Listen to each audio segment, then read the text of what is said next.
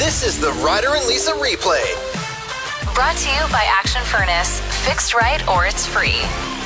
You went and checked out Deadmonton on the weekend. Yes. Which is a staple in the city. If you're not aware of this, it's a haunted house times 1,000. I mean, you can't call it that anywhere else. That's right. And the guy that runs it's actually his full-time job. Incredible. And this was probably my third or fourth time going. And every time I get there, I'm like, how did I get here? Why am I doing this? Yeah. And then you go through the haunted house, and when you leave it, the adrenaline rush is worth it. You recorded the audio from it, which I don't even know if this is allowed, but you did it. I just had it in my phone on in my back pocket, so I didn't film anything. No. I got to go through it this morning, though, and listen to the reactions, and I've pulled out 6 of my favorite reactions while you're in there. These are genuine, too. Yeah. Like, it is so scary. The first one starts with, like, you guys being a little bit scared. There were 4 of you that went. Yeah. And then, like, laughing it off a little bit. No! For the evening. And you're like, oh, this is actually going to be so fun. No, that was just our one friend, Michaela. She laughs instead of cries. Yeah, but even like I could just tell by the tone Okay. that you guys were like taking we'll it be a little. okay. Yeah. Yeah. And then very quickly on this clip, you proved that it wasn't just a joyous time. And I can understand why your voice was almost gone yesterday.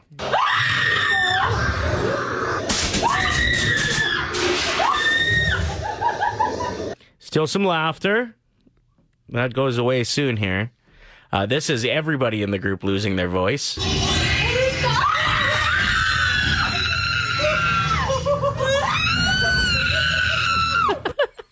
I have to say, the actors are incredible. And I bet they just have the best time. Yeah, It must totally. feel so good knowing that what you're doing is successful. Yeah, good point. Absolutely. It's so funny that like people will be going back into managerial positions today with no voices. Oh, yeah. And be like, what happened to you this weekend? Oh, I went to Deadmonton. Yeah, I love it. This one I have an admission on your part. Oh, You got to listen to pretty carefully off the start. okay. I'm literally so scared. No! You hear that? Yeah, I did. Did you? I didn't. Okay. I'm pretty sure I was saying I'm gonna. No, you said I just No. ish my pants. Yeah, you did. Number 5, your friend Liz answers this question for herself, but did your friend Liz have fun?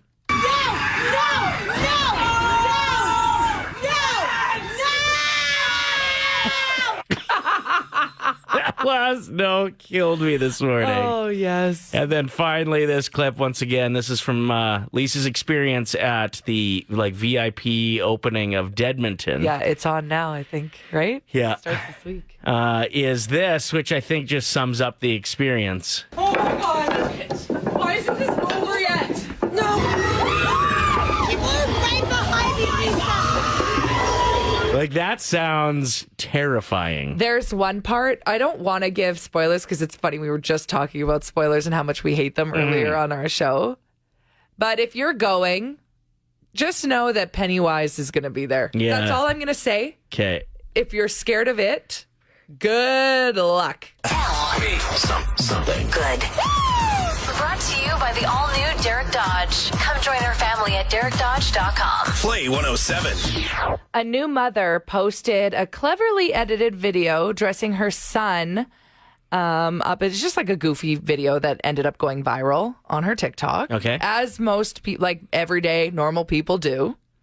But an optometrist named Laura Brown noticed something in this woman's baby's eyes. One of them had a cloudy appearance and an outward squint just during like a few short seconds of the video. Okay. And she messaged the mom being like, you need to get your son's eyes checked. And it turns out that he had congenital glaucoma, Okay. which requires an urgent operation to get the fluid drained out of his eye. Whoa. And it saved his sight. No Yeah. way. And she said she's actually she had been to the doctors previously, but was turned away.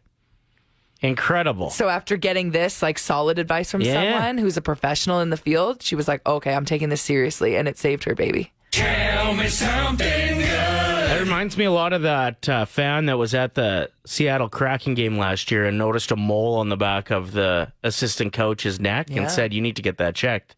And it was cancerous.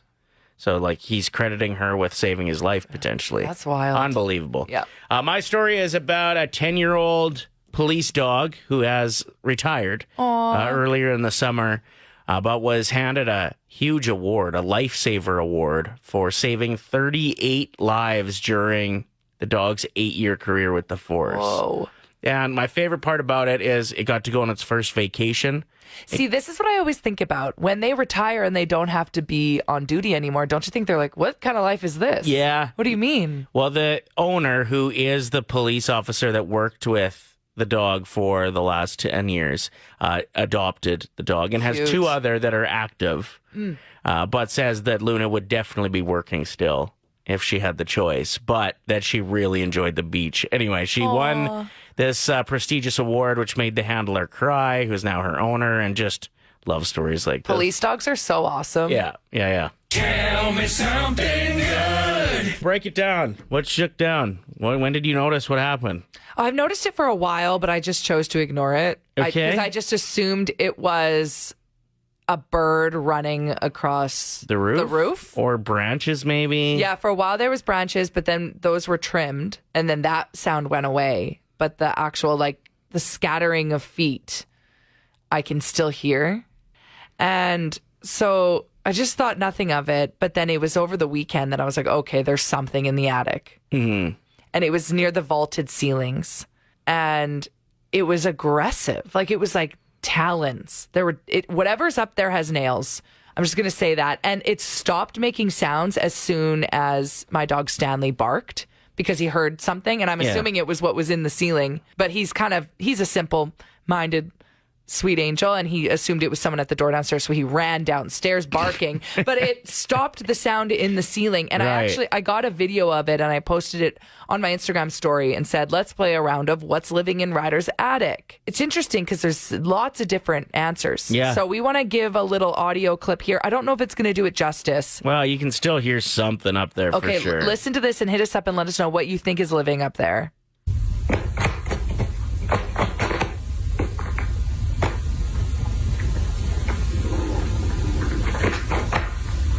What is that? It sounded thick enough to me that I thought a raccoon, maybe. Yeah, so But something's living up there. There's no holes big enough for a raccoon to get in that I can see anywhere in the house. Like, I think a squirrel could get in there Well, through a okay, vent or something. we but need some professionals that have dealt with this. Everybody has had some sort of rodent or some sort of animal try and live in their house. It's that time of year where they're trying to set up shop for the winter. Sure. There are ways that a squirrel could easily access your roof. Sorry. Not easily. No, there's but, trees, big pine trees. Oh, to get up there, yeah. Yeah. Yeah, I just don't know how you get in, but But that sounded, it's like heavy. Unless Right. that's something squirrels are doing. What are they building? What are you doing? Is it a skunk? Right. Is it a raccoon? Do we even have raccoons in Edmonton? I've never seen one. we do. Yeah, I've seen a raccoon. Is it a bird? Badger? A bat? Hey, we don't know. If you have an opinion on this and like a suggestion on what to do, because I was just going to put rat poison up there. No, but you can't do that because that affects the food chain.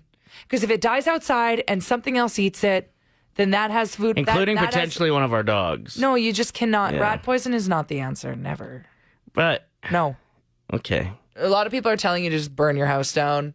Like, that's the number one answer on the text line. Because it sounds heavy, right? If you're just tuning in, play it one more time for the listeners. What is that?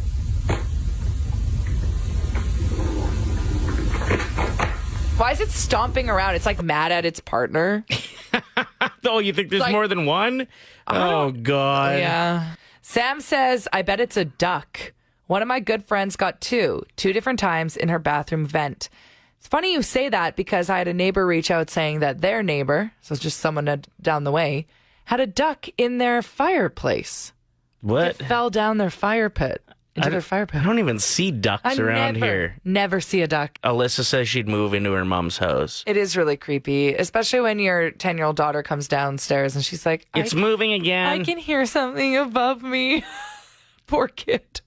She's like, I've heard of squirrels attacking people. I'm like, well, it's not going to come into the house. Hopefully. We're going to get to the bottom of this. We'll keep you updated. Another good tip, though, for pest control, especially when it comes to mice, they hate Ivory Spring soap. They really do. Everybody that comes over to my house is like, what's with the bar of soap? And I just have them like in front of all my access points, like doors and stuff. I just throw, and it's what my grandpa used to use in all the farm machinery. He'd put bars of ivory soap under the seat and stuff, and it would keep mice out of the machinery. So I was like, well, I'm putting it everywhere then. I even bathe with it just to make sure they don't come around me. Yep. Rihanna has made a cryptic post, I suppose, but everybody knows what it is. It looks like the Lombardi Trophy, which is awarded to the winner of the Super Bowl. So what does this mean? Is she going to just go up there, perform for a solid 13 minutes, banger after banger, and then at the end introduce a new song that we've never heard of? Is it finally happening? Because when was the last time she released a new song? Like 2014, I think, would be my guess. Wow. Yeah, I hope it is with new music, and usually it is. They'll have a tour or, something to promote. That's why they hit that big stage, because they don't get paid to perform at Super Bowl. It's just the clout you get from being the Super Bowl halftime But last performer. Super Bowl halftime show, there was no new music coming out? Yeah, I think there was. Yeah, Dre released a new track at around that time, or a couple. I don't think it was a full album he released. If right now you're thinking, about Rihanna, we have this compilation. They're really short clips. Listen to how many songs she has that we love. Yeah, that she has the choice of selecting for this. And like the amount of artists that she's worked with in the past, heavy hitter names. Like I think it'll be Calvin Harris, and I think it'll be Drake. Could be Kanye West, could be Eminem, who performed last year as well. Could be A$AP Rocky. Good point. This is the compilation, though. This will get you fired up for February 12th.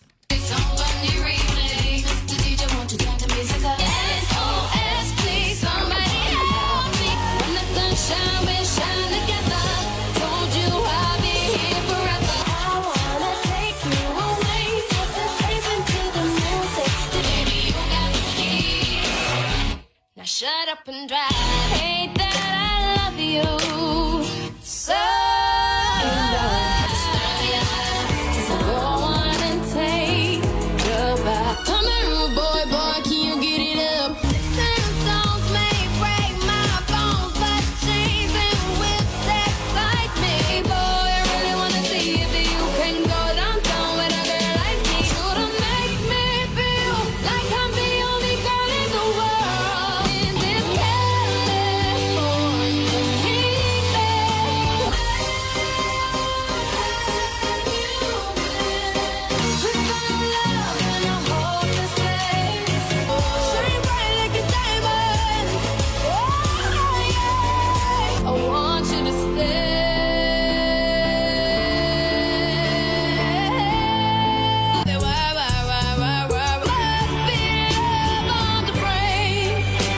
I really wish I had the DJ skills of some of the guys that come around here, like Chad Cook, who hosts Friday nights, so I could have beat matched that and just made it all real smooth. Yeah. But I just wanted to showcase how many tracks she has. It was choppy, but it was still worth it. Dang. Because, wow. And yeah, was Love on the Brain her last song that she released? I feel like She might have been featured on something, but it's Rude Boy, that would have been one of the last releases. Yeah, she's got some tracks, though. I'm excited. Hopefully it is a full-blown comeback we see from Rihanna, who is likely headlining Super Bowl on February 12th. 1K wordplay. So Lisa thinks everybody's been picking me lately, but she thinks that's a bad idea because I've been... Crapping the bed lately. Yeah, you said it a little more vulgar than that. I don't even know if that's true. Kristen, you're caller 7. Woohoo. Who is your teammate today? Well, I did go with Ryder last time, so I'm going to go with Lisa this time. Oh, so Kristen has gotten through the last time we played 1K wordplay. Yeah, like 8 months ago or whatever. How much money did you win then, Kristen? $75. Okay, well, hopefully we can do better today. Yeah, that's a nice warm-up. 3 out of 5 ain't bad. 60%. Let's see if we can't get 80 or 100%, which would give you $1,000. So for those just tuning in, Lisa is out of the room now. I'm going to give Kristen, caller 7, 5 words. She's going to tell me the first word that comes to mind for each of them. And then we'll invite Lisa, who is her teammate, back in. For everyone that matches, it's $25. If you get all 5, it's $1,000. Word number 1, Kristen, is basket. Basket. Ball. Word number 2, porcupine. Needles. Word number 3 is sleepy. Tired. Word number 4, diamond. Diamond. Sparkle. And word number 5 is autumn. Fall. Yes, good answer. All right, we'll invite Lisa back in and see how much money we can get you. Ready, Lisa? She did good, yeah. There's a couple of pretty tricky ones here, but I thought she did well. Okay, let's do this. Word number 1, Lisa. Autumn. Fall. $25. Word number 2, basket. Ball. There we go. Easy. Checking off the easy ones to start. Oh, no, don't do this to me. We got $50 so far. Word number 3 is sleepy.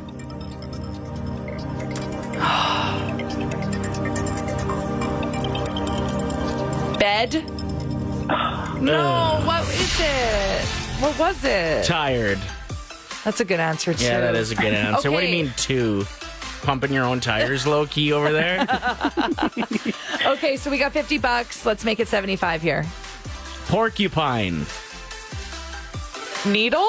Yeah. Oh. $75. I was going to say rodent, but then I was like, is a porcupine a rodent?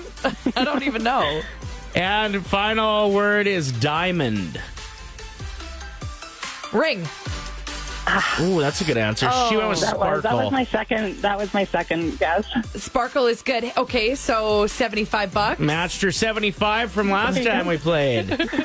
Perfect. Have a great day, Kristen. Thank you for playing. Thank you. Your next chance to play Ryder and Lisa's 1K wordplay is tomorrow morning at 7:50. What's the right age to green light a cell phone? My kid has been asking nonstop for one. She said 4 out of her 5 best friends have one. So she thinks that use their she's phones due. then. Just kidding. But yeah, I guess I'm on board with it. Yeah. But it would come with a bunch of rules. Yeah. We asked you on Facebook, and a bunch of people are coming in with great answers. Jordan says as soon as they start leaving home alone, they get their phone, no passwords, only approved social media, nothing's private. I'll go through it whenever I want. I take chores to pay the bills, so we don't answer any phone calls from unknown numbers unless there's an adult there. This one's an interesting perspective. Danielle says, I don't believe there's a specific age. It has to be judged on the child's maturity. Some 12-year-olds can handle it. Some 16-year-olds can't. The rule here is full parental control of the device, including passwords, app approval, and access. Also, no cell phone at bedtime. That's a great rule. I could see like how easy it would be for a persuasive kid to get the rules bent in their favor, though. Like, even no social media was talked about if we get her a phone. And But then she's like, Lisa, your rescue dog Stanley needs an Instagram account. You want me to manage that for you? Because she knows I wouldn't. yeah. That would be her way in. And then all of a sudden she's, following buddies on Instagram and she's got social media, but it's just a dog account. But that's what I mean by how, like, easily all of a sudden it's like, okay, well, just until bedtime you can, have your phone. I'll come in and get it, and then you forget. And like, she'll never talk to you ever again. oh, that's what I'm worried about. That's my biggest concern is, like, I don't want to lose this phase. We're having so much fun. Like, her and I just are best buddies. We chill. And she's so fun. She's awesome. And she's there. She's present. Like, it's my phone that becomes a distraction quite often. And that's sad to say. I should give my head a shake. But as soon as you throw up another phone in between us two, I just feel like a lot of those conversations don't end up happening, or a lot of those laughs don't end up happening. I'm even worried about, like, her posture if she's looking over her phone all day. Like, it's just not healthy. It feels like a piece of that innocence and that just wonderful vibe is going to just be consumed by technology. So what are your thoughts? Do you think Ryder's overreacting? He's being a bit too protective. Genuinely, though. My name is Dawn. I've got kids between the ages of 15 and 30, so I went through the MSN phase, the whole bit. There is no payphones. And you can't knock on anyone's door anymore.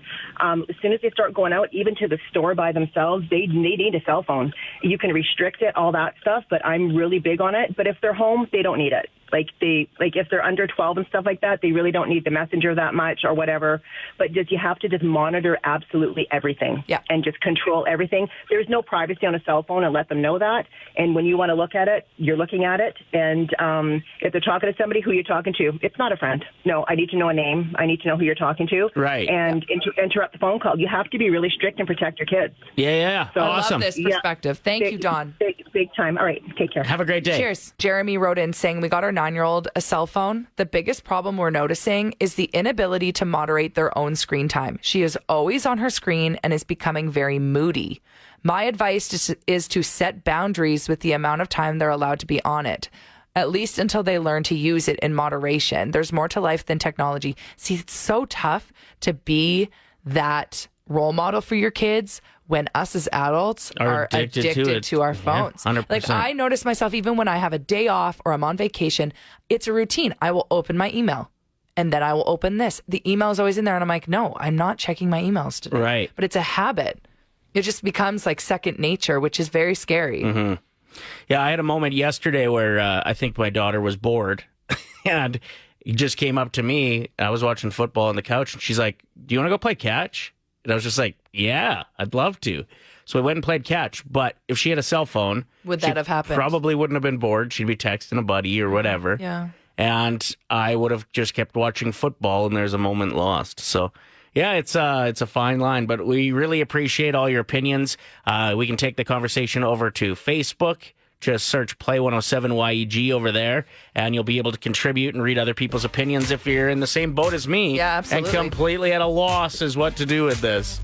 We are joined by Jennifer, the CEO of Discover Coding. Please let us know what's going on lately. School has started. There's a lot of days off coming up. Anytime there's a day off school, we're running a day camp, fun camps like Minecraft, where they get to code mods and do some team building, Roblox game design camp, create your own app, YouTube, Minecraft, lots of fun stuff. Do you have any promotions going on right now? We have opened up a lot more classes of our Code Academy program. Now they can drop in twice a week, 8 classes a month, Tuesdays, Thursdays, Saturdays, where they can come in, learn how to create fun video games and projects, learn computer science, explore and tinker with our STEM stations. And the promotion is we have Founders Lifetime Promotion where you get $50 off per month. So come check out our website for details about that program. And where can people find you online? discovercoding.ca. And on social media? Instagram and Facebook at Discover Coding.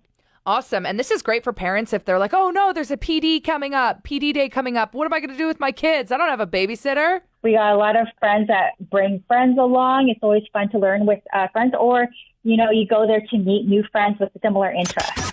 The Ryder and Lisa replay. Brought to you by Action Furnace. Fixed right or it's free. Play 107.